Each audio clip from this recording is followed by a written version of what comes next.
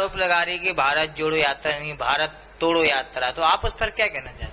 नहीं, बीजेपी का तो काम ही आरोप लगाना है। आप बीजेपी सत्ता में रहती है तो बाबा साहब अंबेडकर के संविधान में हमें अधिकार मिला था कि जो आदमी सत्ता में रहता है वो आम आदमी, जनता, गरीब के हित की बात करे। लेकिन भारतीय जनता पार्टी ऐसी सत्ता है कि वो हमेशा कांग्रेस की बात करती है, 2014 के बाद की बात नहीं करते। तो आरोप लगाना तो इनका काम है।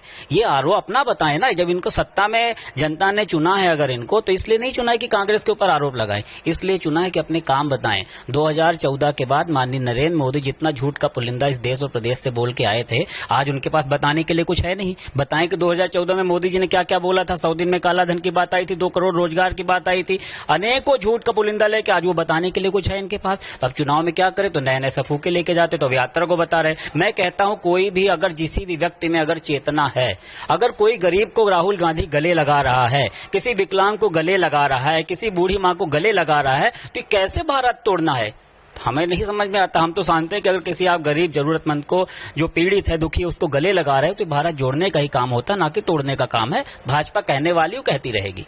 चुनावी नमस्कार, आप देख रहे हैं राजधानी समाचार। बात की जाए मध्य प्रदेश कांग्रेस पार्टी की, राहुल गांधी जो युवा नेता के तौर पर जाने जाते हैं भारत में, और अपन बात करें उनकी भारत जोड़ो यात्रा की, तो अनेक राज्यों से होती हुई मध्य प्रदेश में भारत जोड़ो यात्रा आ रही। बात करेंगे पवन पटेल जी हमारे साथ हैं, प्रदेश मंत्री हैं कांग्रेस पार्टी के। लगातार आप पार्टी के लिए काम करें, इस यात्रा को आप कैसे देखते हो? क्या 2023 और 2024 का क्या चुनाव में कुछ आएगा बदलाव? नहीं, देखिए, ये यात्रा बेसिकली न 2023 के बदलाव के लिए न 2024 के बदलाव के लिए है। ये यात्रा अपने देश के बदलाव के लिए, संविधान के बदलाव के लिए यात्रा हो रही है।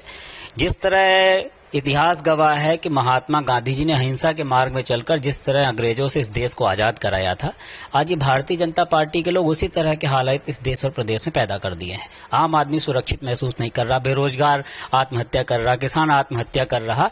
उन सबसे निजात दिलाने की जरूरत फिर से थी, तो आज वही इतिहास फिर से रिपीट हो रहा। आज फिर से दूसरा गांधी ये भाजपा जैसे अंग्रेजों से फिर से इस देश को आजाद कराने के लिए अहिंसा के मार्ग पे निकल चुका है, और इस पूरे देश की जनता जिस तरह उनका समर्थन कर रही है, ये 2023-24 के आने वाला पूरा समय कांग्रेस का है। आने वाला पूरा समय देश हित की बात जो करेगा वही इस देश पे राज करेगा। बीजेपी आरोप लगा रही है कि भारत जोड़ो यात्रा नहीं, भारत तोड़ो यात्रा, तो आप उस पर क्या कहना चाहते हैं?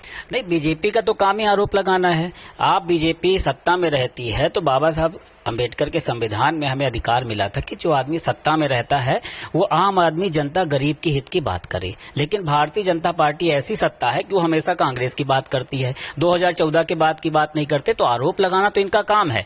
ये आरोप अपना बताएं ना, जब इनको सत्ता में जनता ने चुना है अगर इनको, तो इसलिए नहीं चुना है कि कांग्रेस के ऊपर आरोप लगाएं, इसलिए चुना है कि अपने काम बताएं। 2014 के बाद माननीय नरेंद्र मोदी जितना झूठ का पुलिंदा इस देश और प्रदेश से बोल के आए थे, आज उनके पास बताने के लिए कुछ है नहीं। बताएं कि 2014 में मोदी जी ने क्या क्या बोला था। 100 दिन में काला धन की बात आई थी, 2 करोड़ रोजगार की बात आई थी, अनेकों झूठ का पुलिंदा लेके आज वो बताने के लिए कुछ है इनके पास। तो अब चुनाव में क्या करे, तो नए नए सफूके लेके जाते, तो यात्रा को बता रहे। मैं कहता हूं कोई भी अगर किसी भी व्यक्ति में अगर चेतना है, अगर कोई गरीब को राहुल गांधी गले लगा रहा है, किसी विकलांग को गले लगा रहा है, किसी बूढ़ी मां को गले लगा रहा है, तो कैसे भारत तोड़ना है हमें नहीं समझ में आता। हम तो जानते हैं कि अगर किसी आप गरीब जरूरतमंद को, जो पीड़ित है, दुखी, उसको गले लगा रहे हैं, तो भारत जोड़ने का ही काम होता, ना कि तोड़ने का काम है। भाजपा कहने वाली वो कहती रहेगी।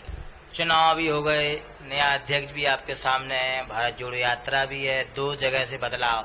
राहुल गांधी जब सड़कों पे उतरे तो आप देख रहे जन समर्थन मिल रहा है, तमाम आप सोशल मीडिया के प्लेटफॉर्म पे देख रहे हैं। ये जन समर्थन जो मिल रहा है, किस प्रति और किस लिए मिल रहा है? नहीं, देखिए, जन समर्थन तो मिलना लाजमी है, क्योंकि ये कांग्रेस पार्टी जनता की पार्टी है, कांग्रेस पार्टी आम आदमी की पार्टी है, कांग्रेस पार्टी गरीब मजदूर किसान की पार्टी है। ये तो भारतीय जनता पार्टी हमेशा इस टाइप का प्रोपोगंडा फैलाती रही है कि ये सत्ता के लिए बढ़ते हैं, फिर बोलेंगे कि परिवार सत्ता कर रहा, पता नहीं क्या क्या क्या।